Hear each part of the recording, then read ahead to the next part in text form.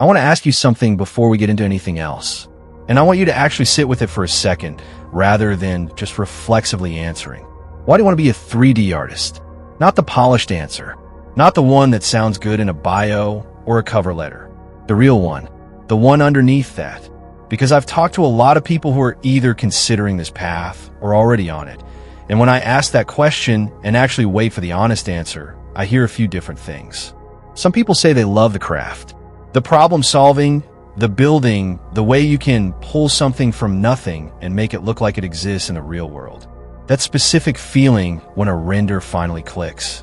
Some people say they want the freedom to work for themselves, to choose their projects, to not be trapped in a job that drains them. Some people say they want the money.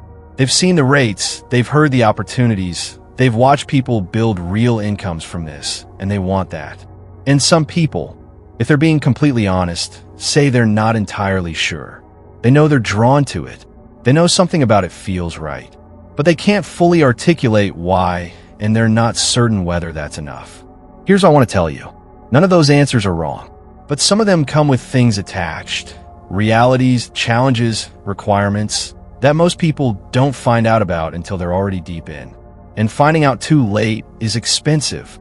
In time, in money, in the specific kind of disappointment that comes from realizing a path isn't what you thought it was. So this video is a diagnostic.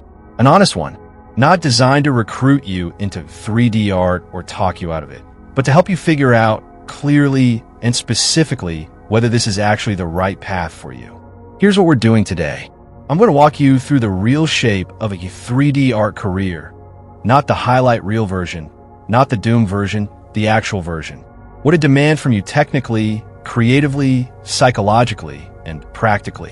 What the day-to-day genuinely looks like once the novelty wears off, where people thrive and where people quietly burn out. And then I'm going to give you a set of honest questions, not a quiz, not a checklist, but a framework for self-evaluation that will give you a much clearer picture of whether you and this career are actually a good fit. I want to be upfront about something. Some of what I'm going to say is going to push back on the romanticized version of this career that gets presented a lot online. Not because I want to discourage anyone, but because a romanticized version of anything is a bad basis for a major life decision. The people who thrive in this career long-term are not the ones who were most excited at the beginning. They're the ones who understood what they were signing up for, who went in with clear eyes, and who chose it anyway for specific reasons that held up under scrutiny. That's what I want for you by the end of this video, a decision you made with clear eyes. Let's get into it. Before we get into the framework, I need to tell you about a pattern I've noticed that genuinely troubles me. I've watched a lot of people enter this space. Some of them make it, build real careers, real income, real creative lives they're proud of. And some of them don't. They spend a year, 2 years, sometimes longer, putting in serious effort, and eventually walk away. Not because they lack talent, not because the market wasn't there.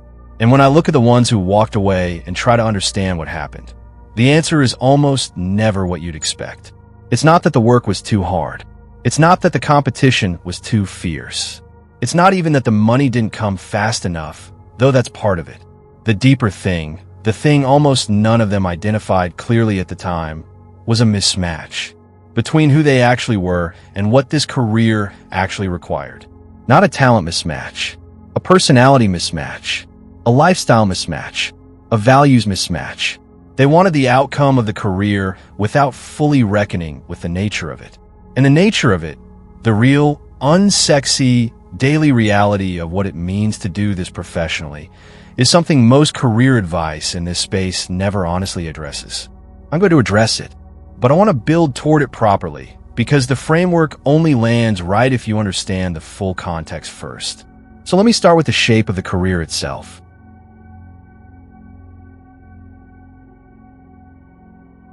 Let's start with the unglamorous truth.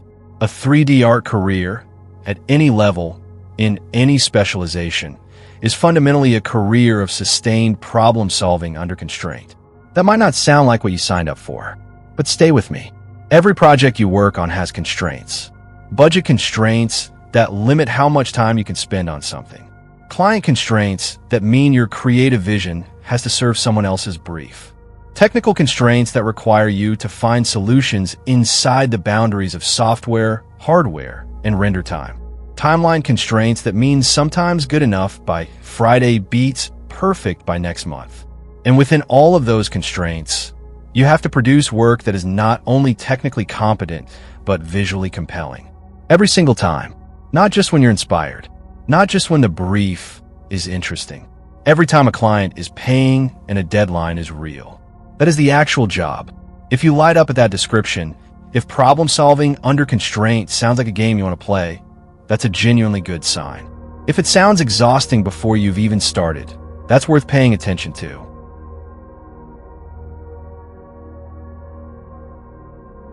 Here's something people underestimate consistently about 3D art as a profession. The learning never stops. Not in a motivational poster way, in a very practical, sometimes overwhelming way.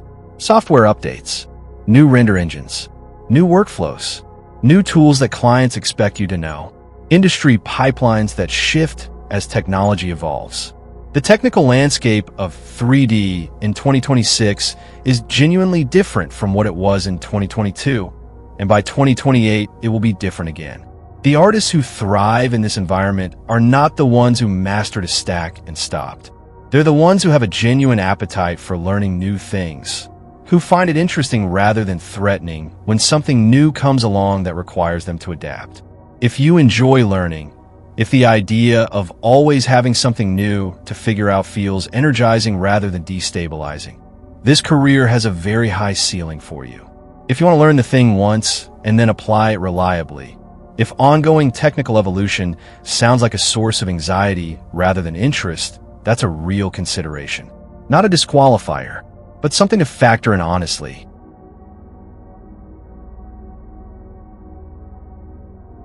Here's the part nobody likes to say out loud. Most professional 3D work is not primarily self-expression. The bulk of a working 3D artist's output, whether you're doing product visualization, ArchViz, game assets, motion graphics, virtual production, is in service of someone else's vision. A client's brand, a director's creative, a studio's pipeline, a brief that was written before you were involved and will exist after you're done. Your taste, your eye, your creative sensibility, those matter enormously. They're what separates your work from someone with less developed judgment, but they operate within someone else's framework most of the time. Now, some people are completely fine with this. More than fine. They find genuine creative satisfaction in solving a specific, constrained problem beautifully, in making someone else's vision better than they imagined it could be, in the craft of execution itself. Others need more creative autonomy than commercial work typically provides. And that's not a character flaw, but it does mean the path looks different. It means building personal projects alongside commercial work. It means the freelance route over the studio route. It means eventually having enough leverage to take on clients whose briefs give you genuine creative latitude. The question isn't whether you prefer creative freedom. Most people do. The question is whether you can find real satisfaction in excellent execution of someone else's vision. Because in the early and middle years of this career, that's most of what you'll be doing.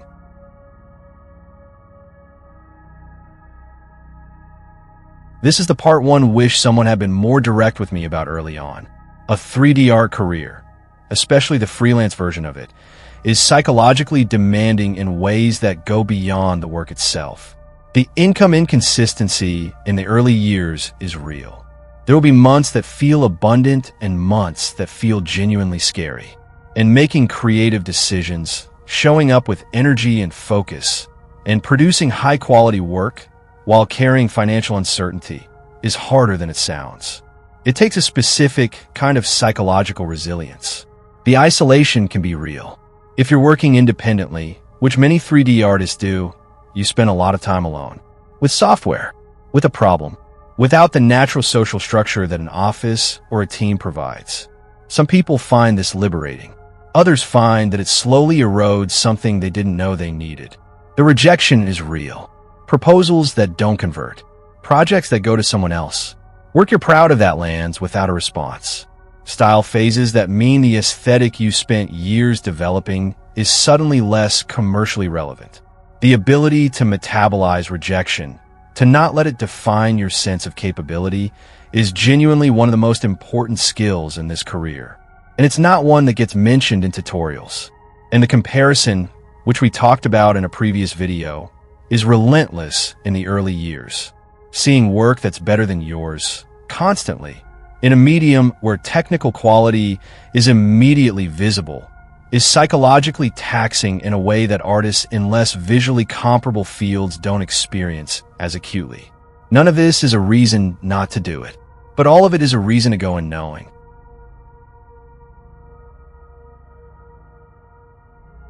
Okay, here's the self-evaluation framework. These are not trick questions. There are no right answers in the sense of this answer means you should do it, and this one means you shouldn't. What matters is whether your honest answer to each one is something you can work with. Question 1. When a piece of work isn't going right, when a render looks wrong and you can't immediately identify why, what's your instinctive response? Do you feel frustrated but pulled toward the problem? Like there's a puzzle here and you want to solve it? Or do you feel frustrated and pulled away from it? Like the resistance itself is the signal that something is wrong? Neither response makes you a better or worse person. But the first one maps significantly better onto the daily reality of this career. Question 2. How do you relate to feedback on your work? Not praise, feedback. Correction. Someone telling you that the lighting isn't quite right, or the material reads plasticky, or the composition isn't working. Can you receive that as useful information? Or does it consistently feel like a verdict on your worth as a person? This matters more than almost anything else in a client-facing career. The ability to separate your work from your identity is a skill, a learnable one, but you need to know where you're starting from. Question 3. Are you drawn to the craft of 3D specifically, or to the outcome of having a creative career? Because those are different starting points, and they lead to different levels of sustain. The craft pulls you through the hard days. The outcome alone doesn't. Question 4. How do you handle financial uncertainty? Not discomfort, uncertainty. The not knowing. The months where you don't know if next month will be fine or frightening. If that kind of uncertainty is something you can tolerate and eventually learn to manage through smart business practices, then freelance is viable for you. If it's something that genuinely destabilizes you at a deep level, not just stresses you, but destabilizes you, then the studio route, with its more predictable income, might be the better entry point. Question 5. Do you have the patience for a long, compounding curve? Because nothing in this career happens fast at the beginning. The first year is almost always harder than you expect. The second year is better, but still humbling. The third year is where most people who've stayed in it start to feel the compound interest of everything they've built. Can you commit to a 3-year horizon with genuine patience? Question 6, and this is the most important one. When you imagine yourself 10 years from now, having built a real career in 3D art, what does that actually look like? Get specific. Are you running your own studio? Are you a specialist known for a specific type of work? Are you a lead artist at a studio you respect? Are you teaching? Are you a content creator who also does client work? Because the vision matters. Not because you'll execute it perfectly. You won't, and that's fine. But because a clear vision gives you a direction. And direction is what separates people who build something from people who drift.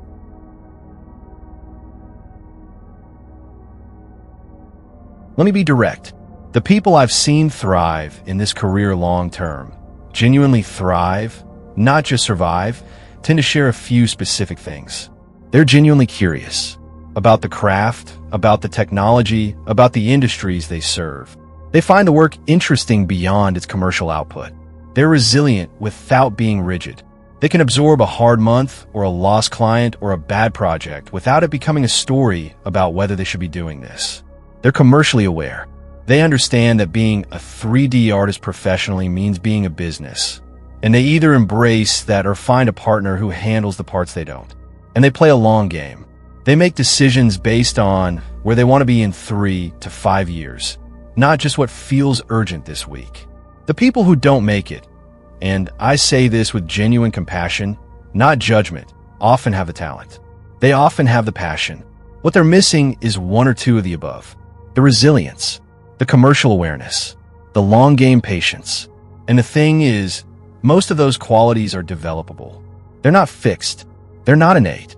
But you have to know you need to develop them, which is why this conversation matters. Now, something I've been sitting with while putting this video together. The framework I just gave you. The 6 questions. The honest picture of what the career actually is. All of that assumes something. It assumes you're making this decision from scratch, that you're at the beginning, evaluating whether to enter. But a significant portion of the people watching this are not at the beginning. They're already in it. Maybe a year in, maybe 2, maybe more. And they're not asking, should I start? They're asking something harder. Should I keep going?